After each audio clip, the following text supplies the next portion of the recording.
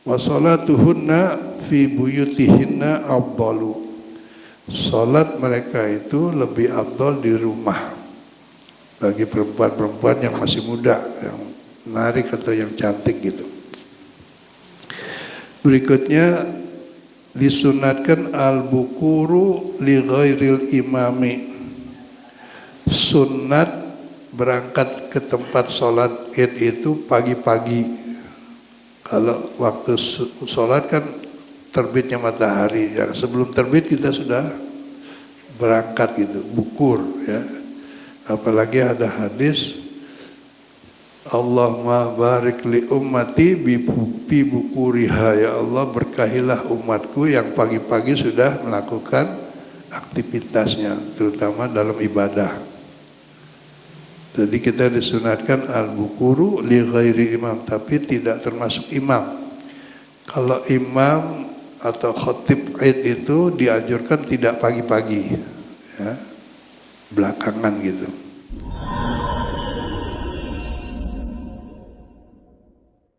Yang ketujuh al-masyu ilaiha dhihaban waruju'u bitariqin akhara aqsara.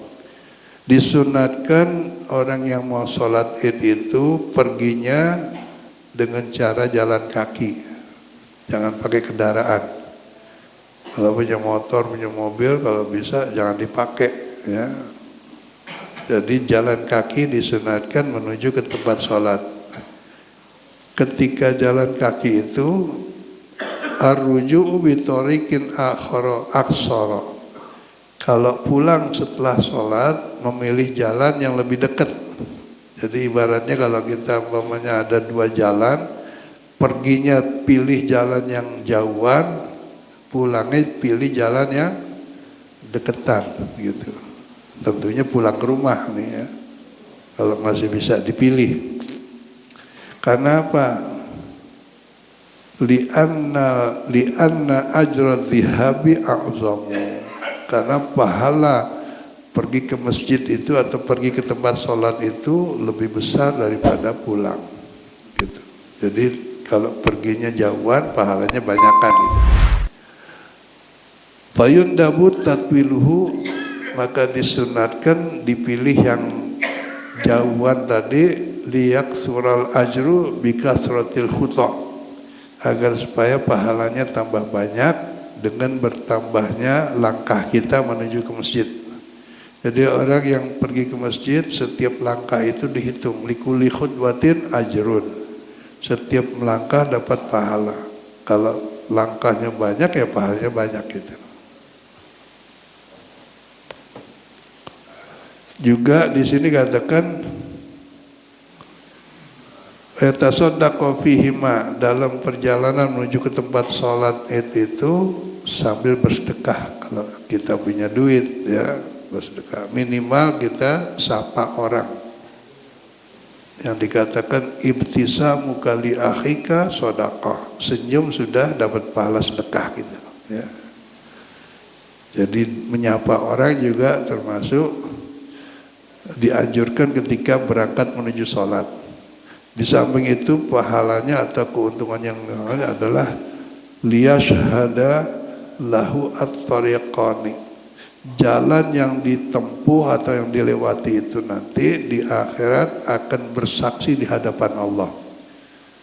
Bersaksi kalau kita betul-betul hari itu tanggal segitu jam segitu lewat di situ untuk menuju ke masjid gitu.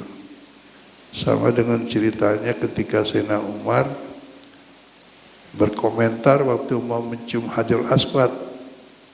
Dia ngomong Hajarul Aswad, innaki la hajarun la taduruni wa la tadur. Sungguhnya kamu hanya sebagai batu, benda ya, benda mati kalau kita bilang, tidak akan bisa memberikan madarat maupun manfaat buat saya. Lau lam ra'aitu nabiyya qabbaltuki ma qabbaltu. Kalau seandainya saya tidak pernah melihat Nabi saya mencium kamu, saya tidak akan pernah menciumnya. Itu kata Sayyidina Umar. Saking semangatnya itba kepada Rasulullah SAW. Masuk akal ke enggak, pokoknya ikutan. Tapi dikomentari oleh Sina Ali, mengomentarinya begini, wahai Umar, ada manfaatnya, kenapa bilang tidak ada manfaatnya? Apa manfaatnya? Nanti dia akan bersaksi di hadapan Allah bahwa kamu pernah menciumnya gitu. Jadi Sina Ali itu memang terkenal di dalam hadis, ana madinatul ilmi wa aliyun babuha. Saya adalah gudangnya ilmu, pintunya adalah Sayyidina Ali. Jadi menunjukkan kecerdasan Sayyidina Ali. Ya. Kemudian, jadi tadi kita lewat jalanan itu ada manfaatnya gitu. Ya. Waliyashadalahu at-tariqani. Kayak kita sekarang berangkat ke sini, ya itu kalau kita lewatin yang kita lewatin itu nanti akan bersaksi gitu. Karena itu kalau kita sholat sunat dianjurkan kalau habis sholat fardu kita sholat ba'diyah itu geser sedikit gitu tempatnya, jangan di situ juga kalau masih bisa, supaya apa, tempat sholat kita nanti jadi saksi gitu ya, jangan di tempat yang sama maksudnya kalau masih bisa. Tapi kalau orang tarawih kan susah ya, karena rakaatnya banyak gitu ya. Kalau pindah-pindah semua repot. Ya kalau memungkinkan gitu. Liyashhadalahu ya, supaya nanti bisa menjadi saksi. Yang kedelapan, sunnahnya ta'jilu sholati idin nahri fi awwali waktiha. Disunatkan kalau sholat Idul Adha itu supaya dikerjakan di awal waktu. Artinya begitu sudah matahari meninggi kira-kira biqadri rumhin ya 1,5 meter atau 10 menit lebih, itu supaya segera dilaksanakan sholat Idul Adha.